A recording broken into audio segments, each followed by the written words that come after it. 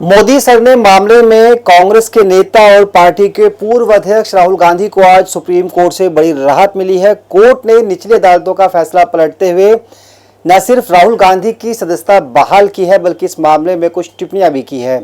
तो वहीं कांग्रेस ने इसे अपनी एक बड़ी जीत बताया, साथ ही ये भी कहा है कि सत्यमेव जयते। बातचीत करेंगे, हमारे साथ नवोदय टाइम्स के संपादक अकुश श्रीवास्तव जी हैं। जानेंगे इनसे कैसे देखा जाएगा इस फैसले को, आने वाले समय में राहुल गांधी की राह क्या होगी।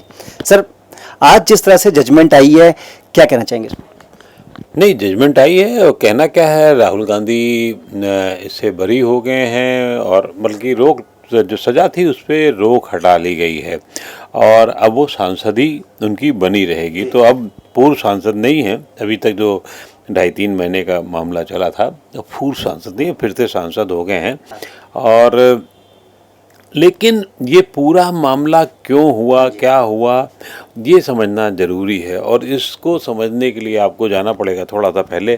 कर्नाटक में 19 मेरे ख्याल से जो 2019 हाँ में जो जब इसकी सभा एक थी उसमें उन्होंने, जैसा कि आदत होती है राजनीतिज्ञों की, फालतू की बातें बहुत सारी करते हैं और अपने हवा में बहुत सारी बातें कह जाते हैं और कह दिया कि साहब आखिर समझ में नहीं आता कि सब जो चोर होते हैं उनमें सब में नाम मोदी क्यों होता है। तो तय है कि वो अटैक करना चाहते थे नरेंद्र मोदी पर, लेकिन वो झटके में वो सरनेम में, क्योंकि उन्होंने उनको एक ललित मोदी दिख गया, एक और 2 और मोदी दिख गए, तो नीरव मोदी दिख गए, तो उससे उनको उन्होंने जोड़ लिया और फिर मोदी। तो तय है कि इससे हर्ट होना था। मोदी नाम के सरनेम के लोग और गुजरात में तो उनकी भरमार है। तो ये तय है कि फिर ऐसी बातें राजनेता कई बार कई तरीके के लोग करते रहते हैं, लेकिन भारतीय जनता पार्टी इस मामले में बहुत तेज रही है और जरा सा कोई ऐसी बात होती है तो वो उसको मुद्दा बना देती है।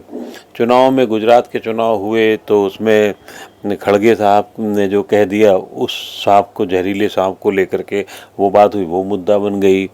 और तो और अभी फिर मुद्दा बन गई कि INDIA जब बना तो उसको यहाँ पर एक कोर्ट में इसके खिलाफ में शिकायत कर दी गई है, अब कैसे कर सकते हैं, तो फिर ये एक मुद्दा बन गई।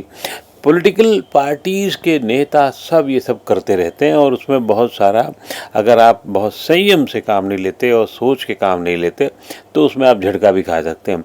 तो ऐसा नहीं कि राहुल की जो अभी से 23 मार्च थे जब उनको सूरत कोर्ट ने इस पर सज़ा सुनाई, पुणे मोदी की याचिका पर, तो जब सज़ा सुनाई तो तय बात है कि मार्च, अप्रैल, मई, जून, जुलाई, 4-5 महीने तो तकलीफ में बीते होंगे ना। थोड़ा तो ऐसा थोड़ी होगा कि इतना आसानी होता है, फिर आपका टाइम जाता है, आपकी बर्बादी होती है। सबको पता है कि कोई ऐसा बड़ा मामला नहीं, क्योंकि हाई कोर्ट तक में जब वो वहाँ से उनकी सज़ा नहीं हुई, और क्योंकि ऐसे मामलों पर 2 साल अधिकतम सज़ा हो सकती है, तो जज ने पहले सूरत कोर्ट में दे दी। तो सूरत कोर्ट में दे दी तो क्यों दी गई, ये राजनीतिक कारण हो सकते हैं, लेकिन हाई कोर्ट से भी मिल गई तो लगा कि अब खतरा है, तो वे सीधे भागे सुप्रीम कोर्ट। सुप्रीम कोर्ट से सबको उम्मीद थी कि उन्हें राहत मिल जाएगी। क्यों? क्योंकि जैसे कि मैंने पहले कहा कि राजनीतिज्ञों की आदत होती है और सुप्रीम कोर्ट भी इन बातों को कहता रहा है कि जो पॉलिटिकल बयानबाजी उस पर बहुत ज़्यादा हम ध्यान नहीं दे सकते। तो उनका कहना था, जो सबसे बड़ी बात थी सुप्रीम कोर्ट की, कि सिर्फ नेताओं को अपनी ज़बान पे नियंत्रण नहीं रखना चाहिए, सोच समझ के बोलना चाहिए, लेकिन ऐसा भी नहीं होता है कि एक बात कह दी तो उससे पूरी दूसरी जाति, दूसरे समूह पर असर पड़ता है। उसमें उन्होंने कहा कि ये सज़ा जो दी गई है वो गलत सही के अलावा आप अधिकतम सजा दी गई है। कांग्रेस इसे एक जीत की तरह देख रही है, पार्टी दफ्तर में जश्न मनाया जा रहा है, क्योंकि आपने कहा कि बहुत जल्दी अब राहुल लोकसभा में भी नजर आएंगे। मॉनसून सत्र चल रहा है, कहने को चल रहा है लेकिन हो कुछ नहीं रहा हंगामे के सिवा। आपको क्या लगता है आने वाले समय में क्या कुछ देखने को मिलेगा? क्योंकि मणिपुर वाले मामले पे पीएम ने कहा है कि वो बोल लेंगे आखिर में। नहीं, पीएम ने कहा बोलेंगे, राहुल पहले की तरीके जा करके गले भी लग सकते हैं लोगों से, कुछ और भी कर सकते हैं, क्योंकि संसद में जब सत्ता गई है, अब मिली है वापस, तो कुछ लोगों से गले वले मिलेंगे, सब कुछ होगा। लेकिन राहुल अब एक, मुझे उम्मीद है कि एक बदले हुए और सतर्क खिलाड़ी की तरीके से नजर आएंगे। वैसे उनको पिछले कुछ दिनों से, कुछ महीनों से मैं देख रहा हूँ उनकी मीडिया टीम, उनका जो मैनेजमेंट की टीम है वो बहुत अच्छे से काम कर रही है। दूसरा सवाल ये है कि क्या लोकसभा में जाएंगे, क्या भूमिका होगी, और उससे बड़ा सवाल क्या होगा वो ये आगे की रणनीति क्या होगी। लोकसभा आएगी, अभी सत्र हुआ, ऑर्डिनेंस का मामला आया है एक जगह, दूसरी जगह भी आ जाएगा, और भी मामले, मणिपुर के मामले को लेके हंगामा है, तो मणिपुर पर तय हो गया 8, 9, 10 तारीख को होगा, बहस होगी, फाइनली जवाब प्रधानमंत्री देंगे। इस बीच में मामला इतना बड़ा कर दिया गया, मणिपुर वर्सेस देश में अपराध। मणिपुर में दिक्कत इसलिए बड़ी है क्योंकि जिन नरेंद्र मोदी पे शेज आता है कि नॉर्थ ईस्ट को उन्होंने बिल्कुल ठीक ठाक कर दिया, बहुत अच्छा कर दिया, बहुत अच्छे से हो गया, वहाँ एक ये इस तरीके की घटना ने बहुत सारा एक कोशिश की खराब करने की। तो अब जो है 8, 9, 10 को होगा, उसमें कुछ बहुत ज़्यादा राहुल ऐसा नहीं मुझे लगता बहुत गांधी। असली परीक्षा जो मैं जानता हूँ कि आपका सवाल क्या होगा कि क्या आगे क्या होगा, विपक्षी राजनीति में क्या होगा, मेरे ख्याल से यही सवाल है ना। कई लोगों की उम्मीदों पर पानी फिरा है, खासतौर पर इंडिया के अंदर। जानता था मैं, आप जाओगे वही मैं जानता था।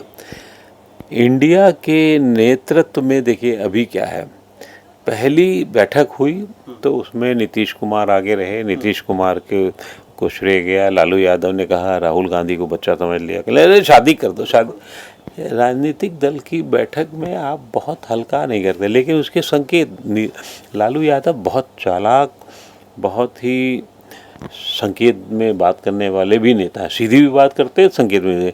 इसका मतलब शादी कर दो का मतलब ये था कि आप एक्टिवली उसमें आए चीज़ों का। अब वो बात यही ख़त्म नहीं हुई। दूसरी बैठक जब बेंगलोर में हुई तो राहुल उसी गंभीरता से नजर आए। नेतृत्व जो पहली बैठक में इनके पास था, नीतीश बाबू के पास में, वो चला गया कांग्रेस के नेता। सोनिया गांधी भी आ गई स्टीयरिंग संभालने, इसके पहले तो नहीं आई थी। लेकिन राहुल का आना निश्चित रूप से बहुत केंद्रीय क्रम होगा।